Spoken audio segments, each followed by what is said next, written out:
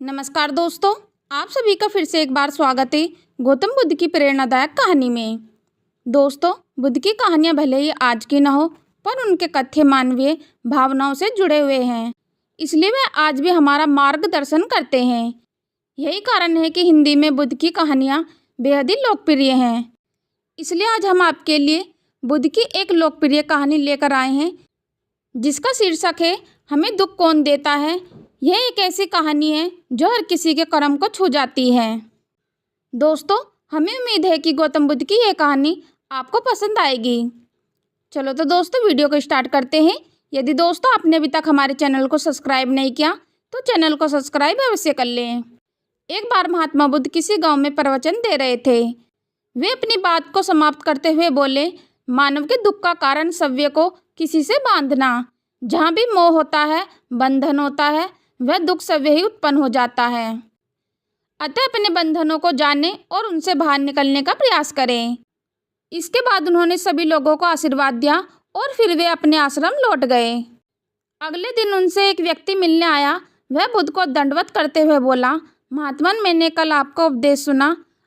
आपकी बातें मेरे हृदय में उतर गई। मैंने अपने बंधनों को तोड़ दिया है, सारी मोह माया का त्याग कर दिया है। अब मैं आपके शरण में आना चाहता हूँ। उस व्यक्ति की बातें सुनकर बुद्ध मुस्कुराए और धीरे से बोले, मुझे विस्तार से बताओ वत्स, तुमने कौन कौन से बंधन तोड़े और किसका मोह त्याग दिया है। वह व्यक्ति बोला, मेरे घर पर मेरे बूढ़े माता पिता और पत्नी है। मेरा एक छोटा बच्चा भी है। मेरी पत्नी बहुत बीमार रहती है। उसके कष्ट देखकर मैं अक्सर सोचता रहता था कि वह मर जाए तो उसके कष्ट दूर हो जाएं। उसकी वजह से मैं बहुत दुखी रहता हूँ। लेकिन कल जब मैंने आपका उपदेश सुना तो मेरी समझ में आ गया कि मेरे परिवार से मेरा बंधन ही मेरे दुखों का कारण है।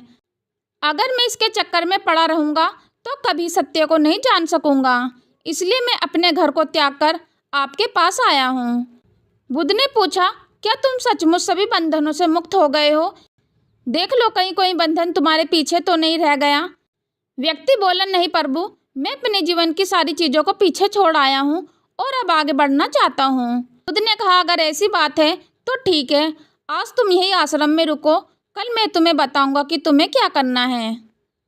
बुद्ध ने अपने शिष्य की ओर इशारा किया। शिष्य ने उसे आश्रम के अतिथि कक्ष में पहुंचा दिया।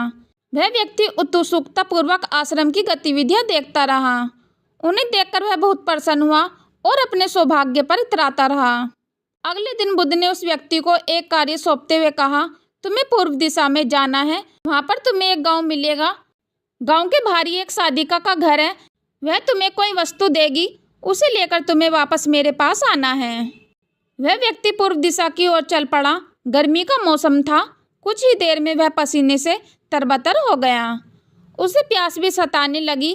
वह सोचने लगा कि अगर इस समय अपने घर होता तो इस गर्मी में पसीना नहीं बहाना पड़ता। कुछ दूर और चलने पर उसे भूख भी सताने लगी, पर वह एक सुनसान और बंजर रास्ता था। आसपास ना तो कोई पेड़ था और ना ही पोखर तालाब। वह पुनः सोचने लगा कि अगर मैं इस समय अपने घर पर होता तो अपनी पत्नी के हाथों का स्वादिष्ट भोजन कर रहा होता। पता नहीं क्यों बुद्ध ने मुझे इतनी गर्मी में इतनी दूर भेज दिया। काफ़ी देर चलने के बाद वह व्यक्ति गांव में पहुंच जाता है। गांव के बाहर ही एक घर बना हुआ था। उसने दरवाजे के पास पहुंचकर उसे धीरे से खटखटाया। दरवाजे को एक साधिका ने खोला। उसके चेहरे पर एक अद्भुत तेज था। वह व्यक्ति उसे देखकर मंत्रमुग्ध हो गया। साधिका ने उसे अभिवादन करते हुए कहा, मैं जानती हूँ कि आपको बुद्ध ने भेजा है, आप अंदर आइए। वह व्यक्ति घर के अंदर चला गया। साधिका के कहने पर उसने पानी से हाथ मुंह धोया और एक चटाई पर बैठ गया। साधिका ने उसके सामने भोजन की थाली रख दी। वह जल्दी जल्दी भोजन करने लगा। अचानक उस व्यक्ति की नज़र साधिका के पैरों पर पड़ी। उसके पैर बहुत सुंदर थे। वह उन्हें देखता ही रह गया। तभी साधिका ने उसका ध्यान भंग किया। वह बोली, जिस व्यक्ति को बुद्ध के चरणों में स्थान मिल जाता है फिर उसे किसी अन्य चरणों की आवश्यकता नहीं पड़ती। साधिका की बात सुनकर वह व्यक्ति लज्जित हो गया और नजरें नीची करके चुपचाप भोजन करने लगा। भोजन करने के बाद साधिका ने कहा, आप बहुत दूर से आए हैं, थक गए होंगे। यही चटाई पर लेट जाइए, मैं पंखा कर दूंगी। वह व्यक्ति बहुत थका हुआ था। वह चटाई पर लेट गया और अपनी आंखें बंद कर ली। सादिका उसे पंखा करने लगी, पर लेटने के बाद भी उस व्यक्ति को चैन नहीं आया। उसने धीरे से अपनी पलकों को खोला और चोर नजरों से सादिका को देखने लगा। वह सोचने लगा, यह स्त्री कितनी सुंदर है, इसकी वाणी कितनी मोहक है। अगर ये मेरी पत्नी होती तो मेरा जीवन स्वर्ग बन जाता। सादिका इसके मन की बात समझ गई। वह बोली, शरीर में कुछ नहीं रखा, यह केवल मांस, मज्जा और अस्थियों का जोड़ है। जो व्यक्ति इसके आकर्षण से मुक्त हो जाता है वही सत्य को प्राप्त कर पाता है।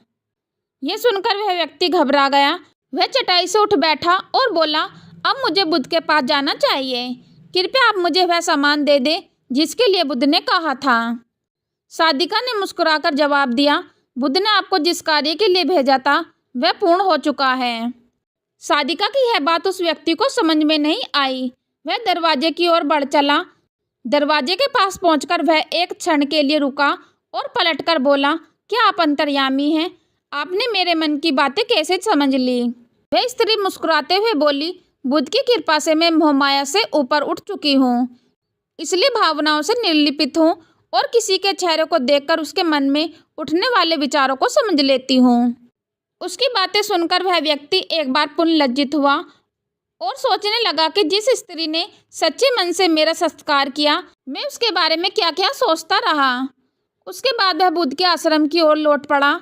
आश्रम में पहुंचकर वह व्यक्ति बुद्ध के चरणों में गिर पड़ा और बोला, महात्मन मुझे क्षमा कर दे, मैं बड़ा पापी हूँ।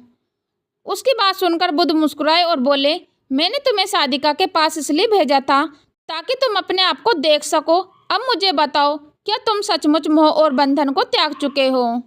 वह व्यक्ति कुछ नहीं बोला। वह नजरें नीचे किए चुपचाप खड़ा रहा। बुद्ध ने कहा, भारी बंधन और मोह को त्यागने से हम बंधन मुक्त नहीं होते। दरअसल बंधन और मोह हमारे भीतर होता है।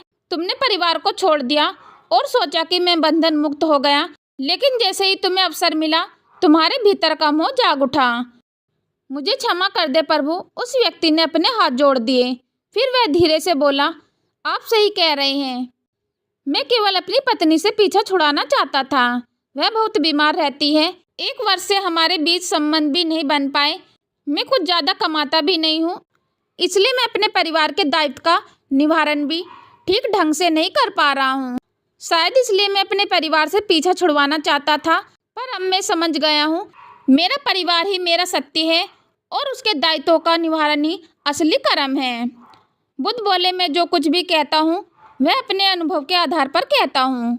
लोग मेरी बातों को सुनते तो हैं, पर वे अपने स्वार्थ के अनुसार ही उसका अर्थ ग्रहण करते हैं।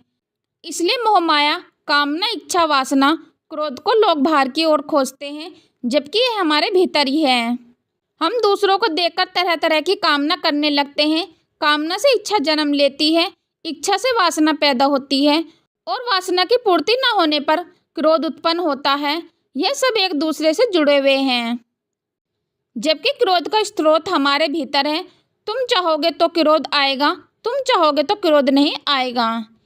इसी तरह बंधन बाहर नहीं होते, हमारे मन में होते हैं। हम मन से ही किसी से बंध जाते हैं और मन के ही कारण हम दुख पाते हैं। लेकिन जो व्यक्ति इन बातों की गहराई तक पहुंच जाता है वह दुखों से हमेशा हमेशा के लिए मुक्त हो जाता है। दोस्तों, उम्मीद करती हूँ कि आप सभी को गौतम बुद्ध की स्टोरी पसंद आई होगी। तो ये स्टोरी अपने दोस्तों को वैसे शेयर करें। यदि दोस्तों आपने अभी तक हमारे चैनल को सब्सक्राइब नहीं किया तो चैनल को सब्सक्राइब और वीडियो को लाइक कमेंट करना ना भूलें। चलो तो दोस्तों, मिलते हैं फिर नेक्स्ट वीडियो में नए ज्ञान के साथ। हम लेते हैं आपसे विदा। धन्यवाद।